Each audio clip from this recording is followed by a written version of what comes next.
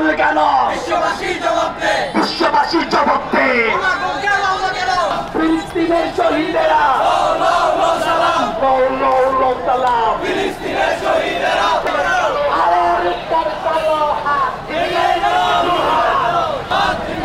জিন্দাবাদ জিন্দাবাদ।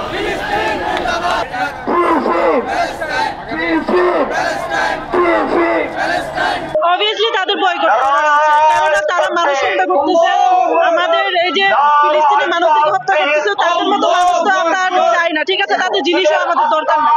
আমরা আসলে এটা সুষ্ঠু বিচার চাই, কারণ এটা মুসলমানদের উপর অনেক জুলুম। কারণ আল্লাহ পাক নিজে বান্দার উপরে জুলুম হারাম করেছে, সেখানে বান্দারা তো এরকম বান্দার উপর জুলুম করতে পারে না। তাই আমরা সুষ্ঠু বিচার চাই।